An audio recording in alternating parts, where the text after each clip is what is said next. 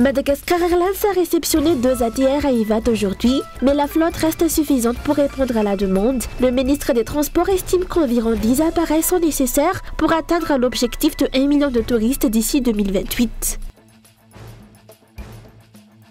L'incohérence des décisions de la commune a semé le trouble à Analakil aujourd'hui. Hier, il était prévu que les trottoirs soient réservés aux piétons. Ce matin, plusieurs commerçants ont été autorisés à s'y installer à condition de laisser un passage de 3 mètres. Certains commerçants de leur côté n'ont pas eu l'autorisation de vendre. Ces derniers ont manifesté devant l'hôtel de ville. De l'actualité internationale, les Européens devront obligatoirement disposer d'une autorisation de voyage pour se rendre au Royaume-Uni à partir de mercredi, une démarche réalisable en ligne moyennant le paiement d'une somme de 12 €, bientôt portée à 19 €.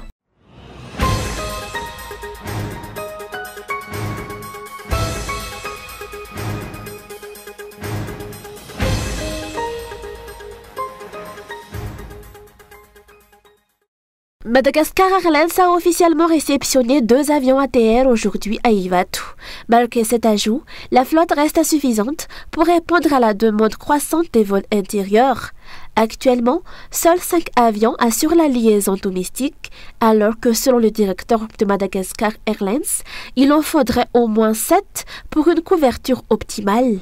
De son côté, le ministre des Transports estime qu'une flotte d'environ 10 avions serait nécessaire pour atteindre l'objectif de 1 million de touristes d'ici 2028.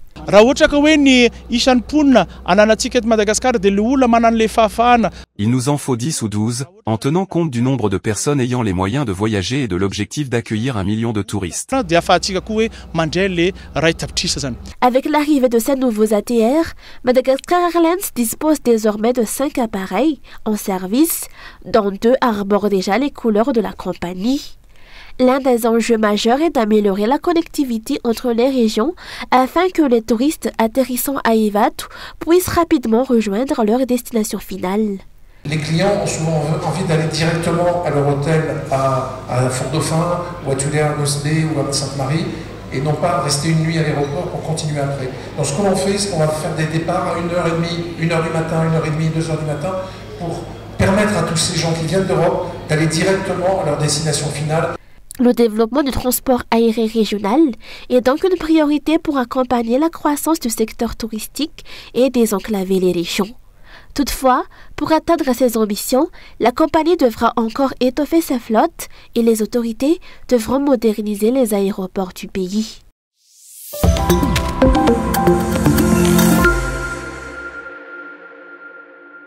Aujourd'hui, parmi les commerçants, hier encore, il était annoncé que les trottoirs seraient strictement réservés aux piétons. Pourtant, ce matin, plusieurs commerçants ont été autorisés à s'y installer, à condition de laisser un passage de 3 mètres pour les piétons.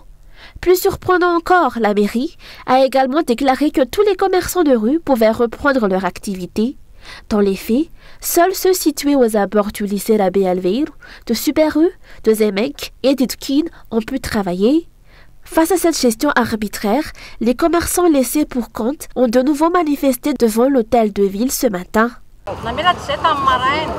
Nous avons voulu vendre ce matin, mais on nous l'a interdit sous prétexte que nous ne faisions pas partie des commerçants autorisés. On nous a demandé de remballer nos affaires, sous peine de confiscation. Ceux situés entre Super-U et Itokin, ainsi que près du magasin Tia, peuvent vendre, mais pas nous, alors que nous avons tous été expulsés et avons milité ensemble. Nous avions rendez-vous avec les responsables à 9 h, mais il a été repoussé à 10 h, et jusqu'à maintenant, nous attendons toujours. Nous réclamons simplement les mêmes droits que les autres commerçants de rue. Ce n'est qu'au milieu de journée que les représentants des commerçants ont pu rencontrer les responsables municipaux. À leur sortie, ils affichaient un certain soulagement. L'autorisation de vendre leur avait été accordée. Mais au-delà des commerçants, d'autres travailleurs de rue se disent victimes de ces expulsions. Évincés, en même temps que les marchands, ils ont participé aux manifestations sans obtenir de réponse satisfaisante. Par ailleurs, le déplacement des commerçants a eu un impact sur la circulation. Forcés d'occuper une partie de la chaussée, ils ont contraint les taxis à se décaler davantage vers le milieu de la rue, une situation jugée dangereuse par les chauffeurs. Objectivement, il n'y a aucune sécurité, même pour nos passagers. À Madagascar, le stationnement du côté gauche n'a jamais été une pratique courante, et le code de la route impose de serrer à droite. Nous demandons à retrouver notre emplacement habituel à l'arrière, ou, si celui-ci est occupé, de pouvoir nous installer à l'avant lorsque l'espace est libre. Cela pourrait être bénéfique aussi bien pour la communauté que pour la commune. Rappelons que la mairie justifie ces expulsions par sa volonté d'assainir et d'embellir la ville, une initiative louable sur le papier, mais appliquée sans mesure d'accompagnement. L'attribution de 500 places au pavillon s'est révélée insuffisante pour répondre aux besoins des commerçants. Finalement, ces derniers ont réussi à conserver leur emplacement habituel, bien que soumis à certaines restrictions. À ce stade, des solutions durables et adaptées aux réalités du terrain restent attendues pour concilier propreté urbaine et moyens de subsistance des travailleurs de rue.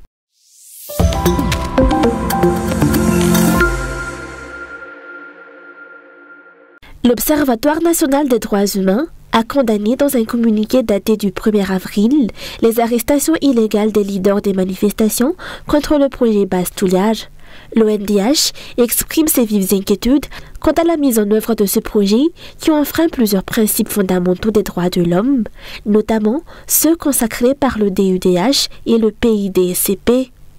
Selon l'Observatoire, l'interdiction des expressions et des manifestations des citoyens opposés au projet constitue une violation des droits à la liberté d'expression et de réunion pacifique, tels que protégés par l'article 21 du PIDCP.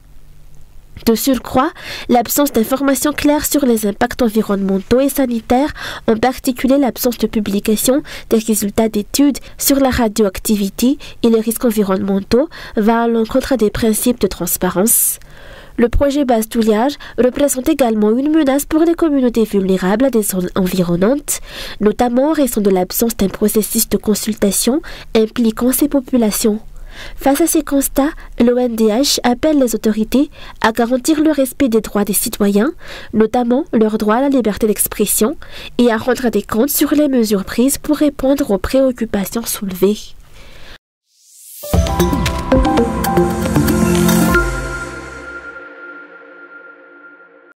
Lors du Conseil des ministres du 5 février 2025, une procédure de gré à gré a été autorisée pour l'organisation des sommets internationaux du COI et de la SADC, invoquant des raisons d'urgence. Toutefois, selon la loi régissant les marchés publics, seules les urgences soudaines, nécessitant une décision immédiate, peuvent justifier ce type de procédure.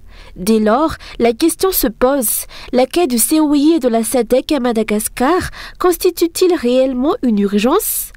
Ce processus n'était-il pas prévu de longue date, tant dans la planification que dans le calendrier ?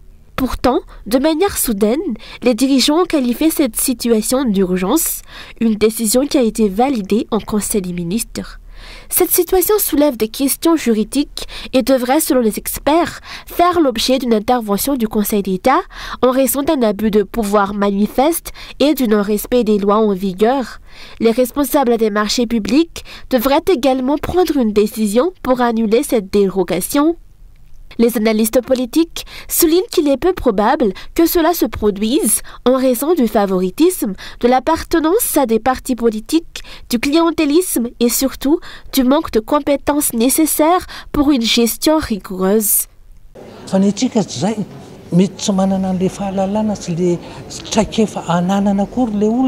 Dans notre pays, certaines personnes sont nommées à des postes sans même posséder les compétences nécessaires. Lorsqu'une personne qualifiée est désignée, elle respecte la loi et agit en conséquence. Cependant, il est fréquent que les nominations soient faites en fonction des liens familiaux, amicaux, ou des affinités politiques. Or, diriger une ville ou un pays nécessite des compétences solides. C'est la raison pour laquelle le NAM, l'École nationale d'administration, a été créée. Pourquoi enseigne-t-on 32 matières à ses étudiants? C'est pour les préparer à exercer des fonctions de gestion. Mais rien ne va lorsque les choix sont dictés par le népotisme plutôt que par la compétence.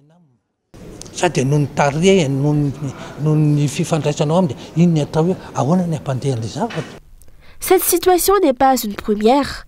le Conseil des ministres avait déjà approuvé le 18 janvier 2023 l'autorisation préalable pour tous les travaux de construction sans respecter les procédures normales des marchés publics. La procédure de gré à gré a suscité de nombreuses dérogations dans le pays, notamment en raison du manque de transparence quant à l'attribution des marchés, du suivi des travaux ou même de leur achèvement.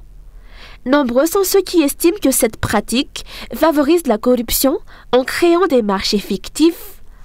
En réponse à ces préoccupations, des réformes ont été introduites, telles que la création du fonds routier et des procédures d'appel d'offres visant à éradiquer les soupçons de corruption.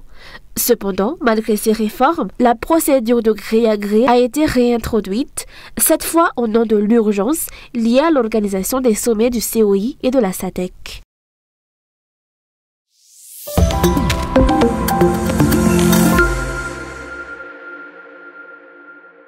Dans l'affaire concernant les poursuites contre le président national du syndicat des Paramèdes, Armand Frédéric Redoualson, les accusations portées à son encontre lors de son passage au parquet ont été changées en présence de ce dernier, selon les informations de la triade syndicale. Initialement accusé d'avoir pris des photos sans autorisation à la HRA lors de son interrogatoire d'hier, il est désormais reproché d'avoir mené une manifestation non autorisée. L'affaire sera portée devant le tribunal le 15 avril et la suite des événements sera communiquée ultérieurement. Pour rappel, après son interrogatoire hier matin par le service central de lutte contre la cybercriminalité d'Anoussi, le président national du syndicat des Paramèdes a été placé en garde à vue à la brigade criminelle d'Anoussi avant d'être déféré au parquet.